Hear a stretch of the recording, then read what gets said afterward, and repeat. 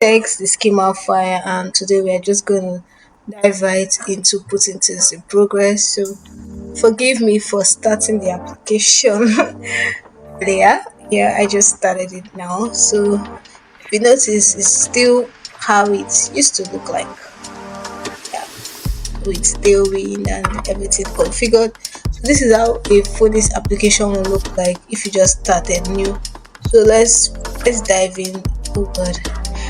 I don't know why I always forget that. I always forget to on VS Code.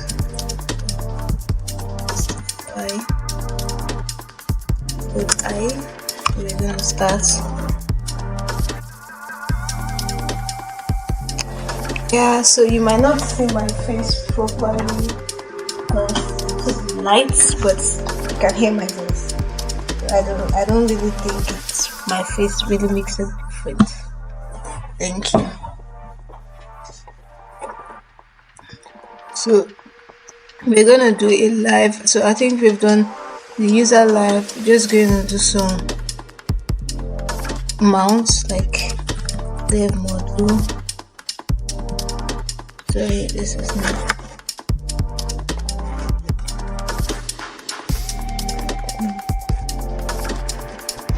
We are going to copy something from our previous project instead of typing everything afresh. So should I say we are going to borrow? I used to that one. I say, yeah, we're going to borrow some of this.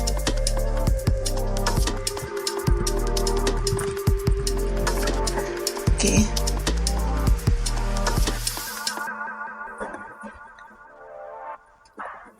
From over here, we could see in here.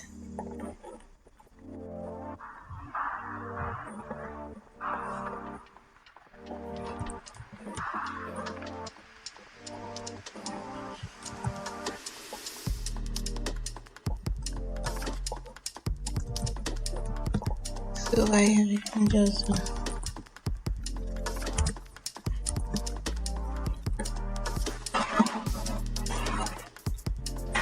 so I'm just gonna do an H1 that shout Listify.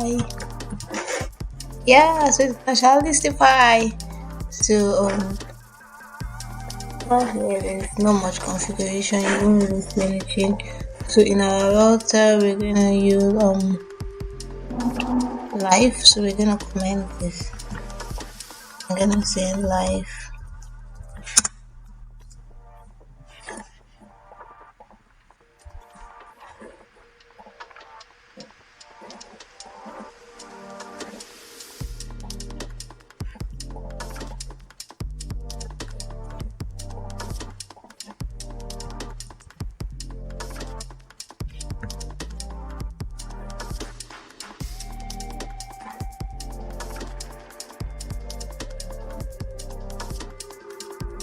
So we're gonna just leave all this phonics header because we are not really doing much. People should just, since the first page you're gonna see is a form to say register, so we might just leave the header as it is. We're not really changing much, so this is gonna say sorry, it's gonna say register. It's gonna say registration.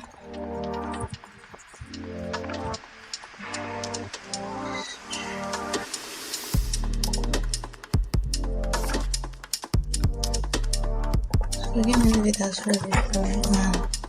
Oh, come over here. So we'll just pick up this our form and now over here to use it, and we'll just modify it. For add form, just validate. Okay. So this one is gonna be. So let's just check our schema copies of, see how our schema looks like before we continue. So in users we have this schema that has name and email. Okay.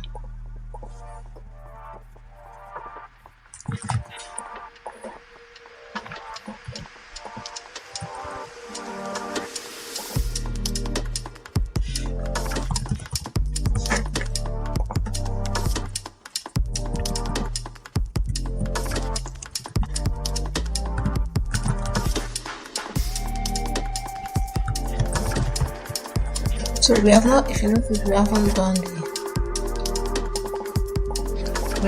any more anything. So our user, we already have a change set, so that saves us a lot. That's the essence of using a context. It creates a change set and everything for us. So coming over here,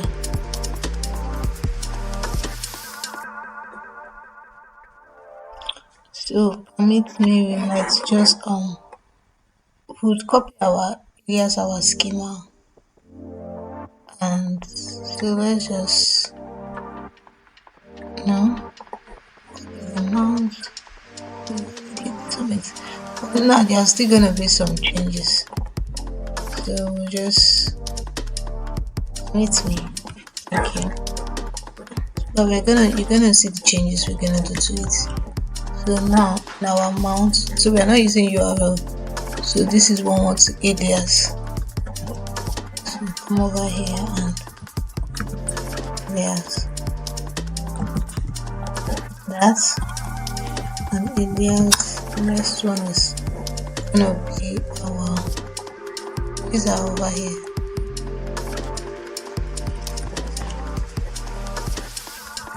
So if you see so now our change set now will not be, so over here now in this so we can see we have this change set that say change user, so that's what we want to use. So we're going to copy this and we're going to come here and say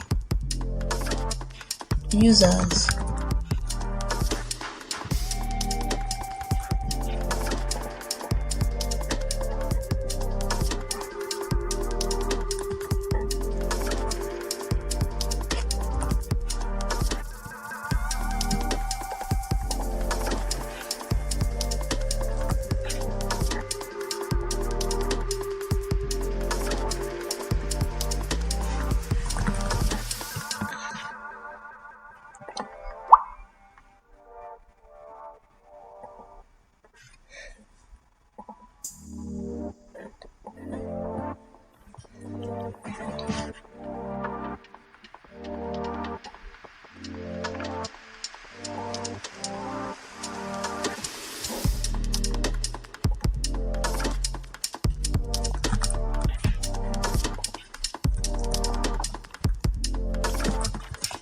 I'm going to spend the user power.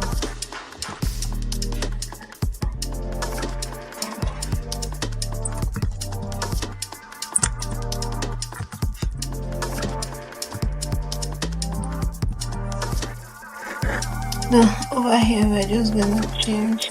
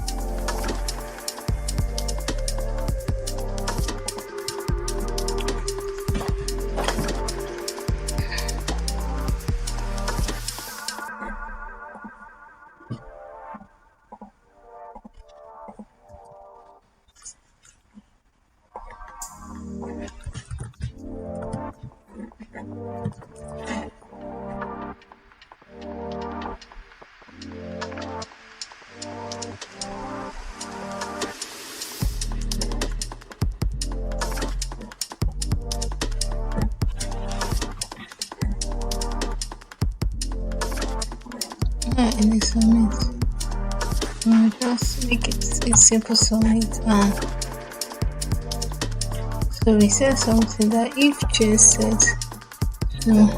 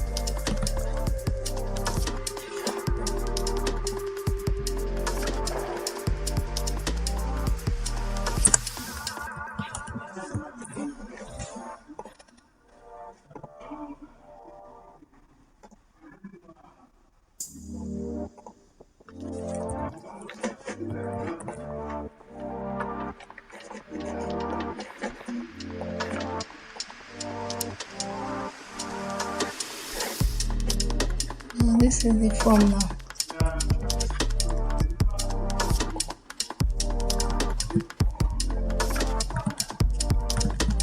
No, we didn't do any email verification or validation.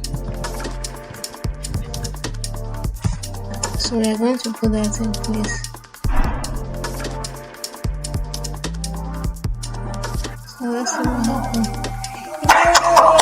So our insert work, so you can see it inserted it into the database. So yeah, we have one user. So that's how we use Ecto migration. So it's helpful because it does create most of the migration files. So we have what we call ijoma@gmail.com. So if you check our database now,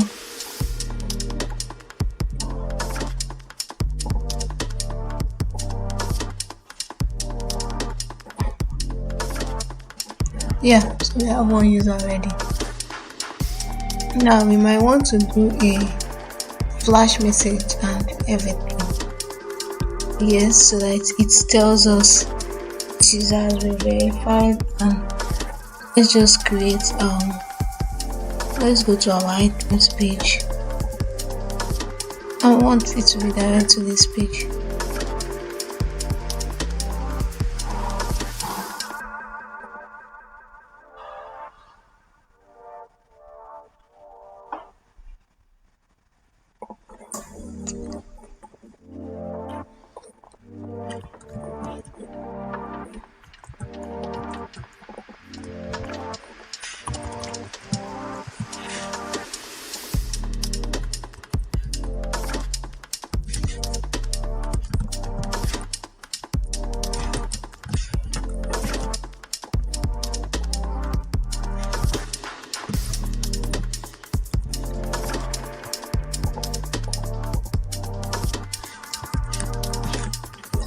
So learn how to do all that.